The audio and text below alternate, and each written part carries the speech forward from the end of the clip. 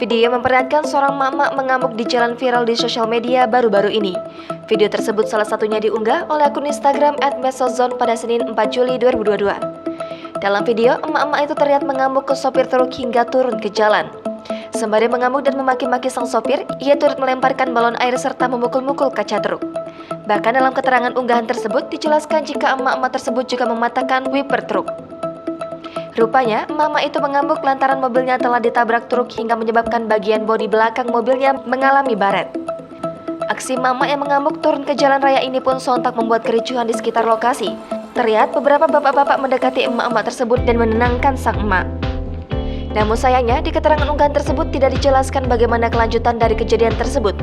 Bahkan lokasi dan kapan kejadian itu berlangsung pun juga tidak dituliskan.